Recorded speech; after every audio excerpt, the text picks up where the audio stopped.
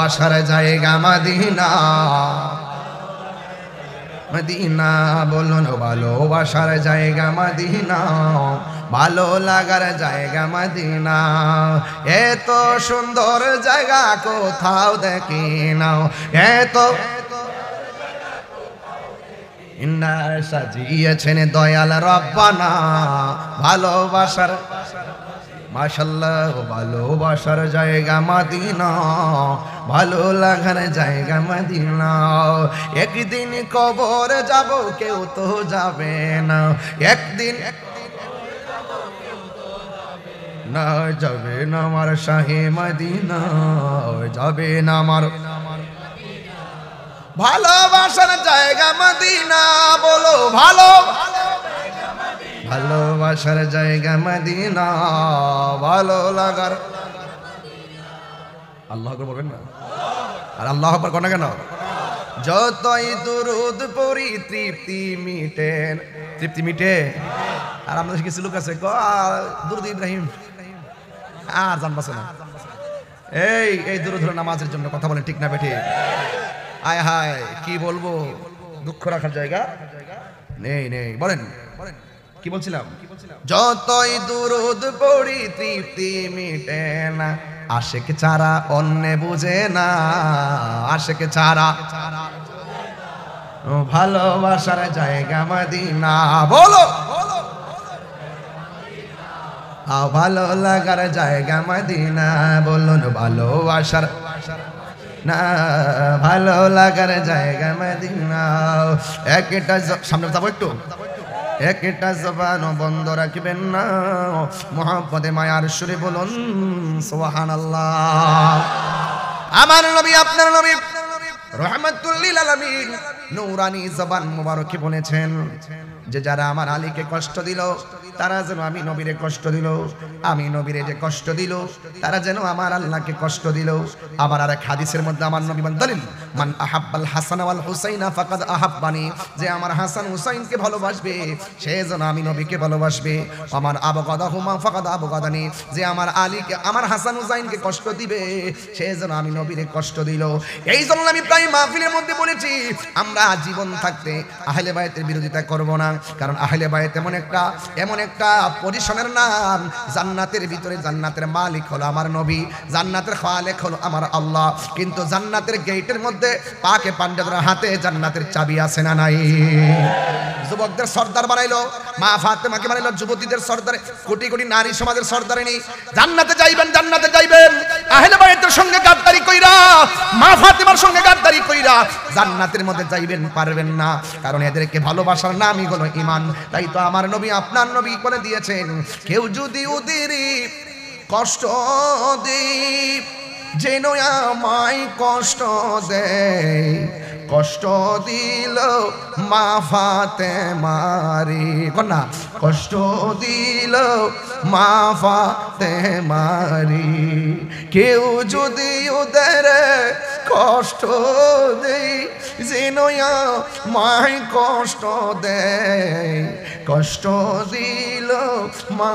ফাতেমারি কষ্ট দিল মা ফাতেমারি একটা জবান বন্ধ রাখবেন না মহব্বতে মায়ার সুরে বলুন সুবহানাল্লাহ আমার নবী আপনার নবী মেরাজের মধ্যে যখন গেল সেখানে গিয়ে দুইটা নদী দেখছে একটা নদীর নাম হলো নীল নদ আর একটা নদী হলো ফুরাতের নদী ওই ফুরাতের নদীর মধ্যে জোয়ার লেগে গেছে জোয়ার এমন জোয়ার লেগেছে যে জোয়ারের কারণে তীরের মানুষগুলো বাড়িগুলো পানিতে ভেসে গেছে যখন ওই জোয়ার লেগেছে তীরের বাড়িগুলো ভেসে গেছে ওই ছেলেগুলো তীরের মানুষগুলো মনে মনে কল্পনা করে এই পানিটা যেন আল্লাহ কমায় দেয় আমরা একজনকে ওসিলা করব যার নাম হলো মুশকিল কুশা হযরতে মাওলা আলী রাদিয়াল্লাহু তাআলা আনহুর কাছে ফুরাতবাসীরা দৌড়ায়া গেল যায়া ডাক দিয়া বলে আলী গো ও আলী আমাদের ফুরাতের পানি এমন ভাবে ফুলে গেছে এই পানির কারণে আমাদের ঘর বাড়ি সব ভেসে গেছে মেহেরবানি করে আপনি একটু আল্লাহর কাছে বলেন না যেন আমার আল্লাহ সেই পানিটা কমায়া দেয় এই কথা বলার পর হযরত মাওলা আলী রাদিয়াল্লাহু তাআলা আনহু হাতের মধ্যে একটা লাঠি নিলেন, গায়ের মধ্যে জুব্বাটা লাগাইলেন, ঘোড়ার উপরে যখন বসছেন দুইটা চাঁদের টুকরা দুই পাশে এসে দাঁড়ায় গেছে। একজনের নাম হলো হাসান, আরেকজনের নাম হলো ইমাম হুসাইন। দুইজন দুই পাশে আইসা ডাক দিয়ে গিয়ে, আব্বা কোথায় যান? এমন ভাবে তো রেডি হয়ে যেতে দেখি নাই। এবার মাওলা আলী রাদিয়াল্লাহু তাআলা আনহু বলেন, আমি কোথায় যাই জানো? ফুরাতের প্রান্তরে জোয়ার উঠেছে, পানিতে পাশের বাড়িগুলো ভেসে গেছে। ওরা আসছে আল্লাহর কাছে একটু প্রার্থনা করার জন্য, আমাকে নেওয়ার জন্য এসেছে। আমি যাব একটু ফুরাতের প্রান্তরে, মানুষের কষ্ট লাঘবের জন্য আমি একটু সেখানে যাচ্ছি। দুইটা সন্তান ডাক দিয়া বলে, বাবা, ও বাবা, আপনি যাবেন, আমরাও যাব। একজনকে ঘোড়ার সামনে বসালো, আরেকজনকে ঘোড়ার পিছনে বসালো। বসাইয়া সেই ফুরাতের প্রান্তরে চলে গেছে। যাওয়ার পরে তিনি একটা খোলা জায়গায় দাঁড়ালেন, নামাজের মুসল্লাটা নিচে বিছাইয়া দিলেন। তিনি 2 রাকাত নামাজ আদায় করলেন। 2 রাকাত নামাজ আদায় কইরা দুইটা হাত বাড়াইয়া হাতের লাঠিটা মাটির মধ্যে এমন ভাবে ঘাড়লেন, যতটুকু পর্যন্ত লাঠিটা মাটির মধ্যে গেড়েছে, আমার আল্লাহ চোখের পলকে এতটুকু জোয়ারের পানি কমায়া দিছে। আল্লাহু আকবার, আল্লাহু আকবার। 2 নম্বর, আবার তিনি নামাজ পড়লেন, আল্লাহ, এইভাবে প্রার্থনা করে মাটির মধ্যে লাঠিটা গেড়ে দিলেন। যতটুকু গাড়লেন ততটুকু পানি কমে গেছে। ফুরাতের প্রান্তের মানুষ কয়, হুজুর আর লাগবে না, যতটুকু এখন পানি আছে এতটুকু চলবে। আপনি যেইভাবে মাটিতে লাঠি কাটতেছেন, মনে হয় যেন পানি একবার নিচে ঢুকে গেলে আর জিন্দেগিতে পানি পাবো না। এই ওয়াজটা কেন তুলছি জানেন? বুঝেন নাই তো? যুবকরা বুঝতে হবে ওয়াজ। এই ওয়াজটা তোলার মূল কারণ হলো ফুরাতের প্রান্তরে জোয়ার লেগেছে, জোয়ার। সেই তীরের মানুষগুলো পানিতে ভেসে গেছে। নবীর আওলাদ সেখানে যাইয়া পানি কমায়া দিয়ে আল্লাহর কাছে, আর সেই নবীর আওলাদের জন্য ওই ফুরাতের প্রান্তরের মানুষগুলো পানি বন্ধ করে দিয়েছে। যেই নবী না হইলে পানি হইতো না, সেই নবীর আওলাদের জন্য কেমনে তোরা পানি বন্ধ করলি? অনেক মানুষ বলে কি জানেননি, ইমাম হুসাইন নাকি যুদ্ধ করার জন্য গেছে। না না, যুদ্ধ করার জন্য যাই নাই। তিনি দাওয়াতে গিয়েছেন, তারা মির্জাফরি করেছে, মুনাফিকি করেছে। কথা বলেন ঠিক কিনা? মুঝে কুফা ওয়ালো মুসাফির না সমঝো, मैं आया नहीं हो बुलाया गया हो। मुझे कुफा वालो मैं आया नहीं हो बुलाया गया हो, कि मेहमान बना कर सताया गया हो।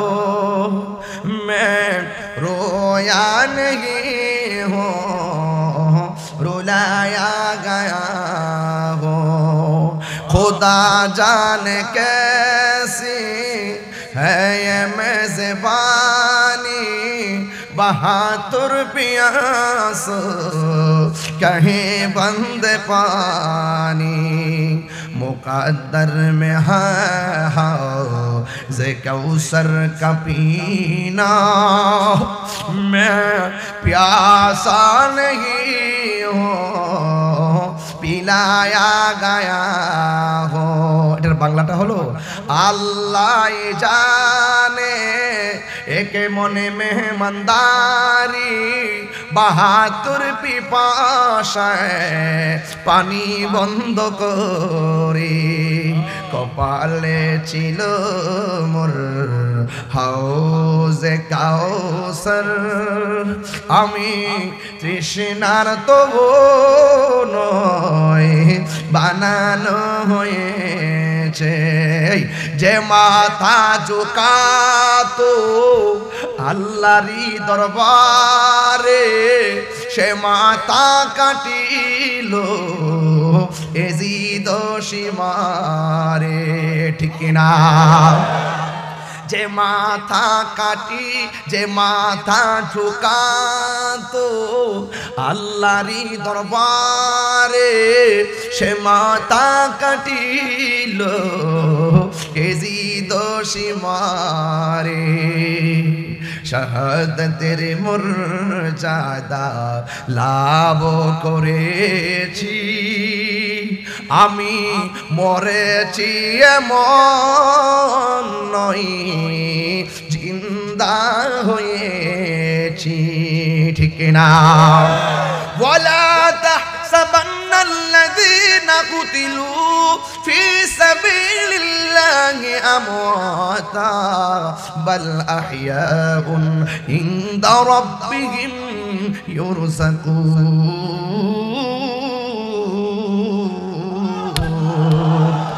আল্লাহ বলেন, যারা আমি আল্লাহর পথে নিহত হয় এদেরকে তোমরা মৃত বলে ধারণা করিও না, এরা হলো জিন্দা। শুধুমাত্র জিন্দা নয় রে, এরা আল্লাহর পক্ষ থেকে জান্নাতি রিজিক খাইতেছে। রক্ত দিলে দাম কমে না বাড়ে, হকের জন্য রক্ত দিলে এই জীবন আর রক্তের দাম বাড়ে না কমে।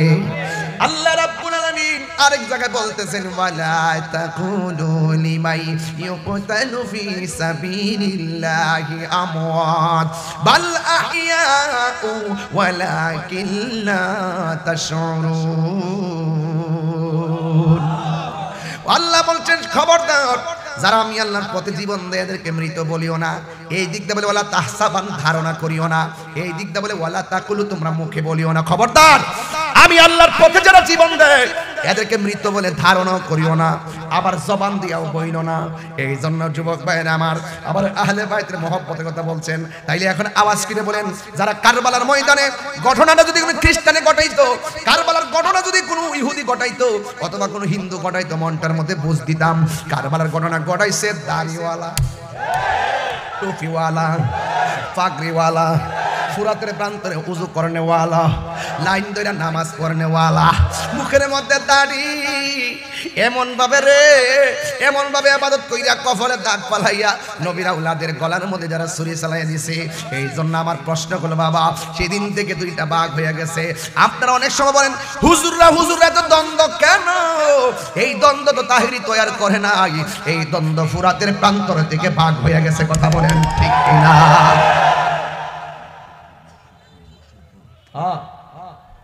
আল্লাহ আল্লাহ আল্লাহ।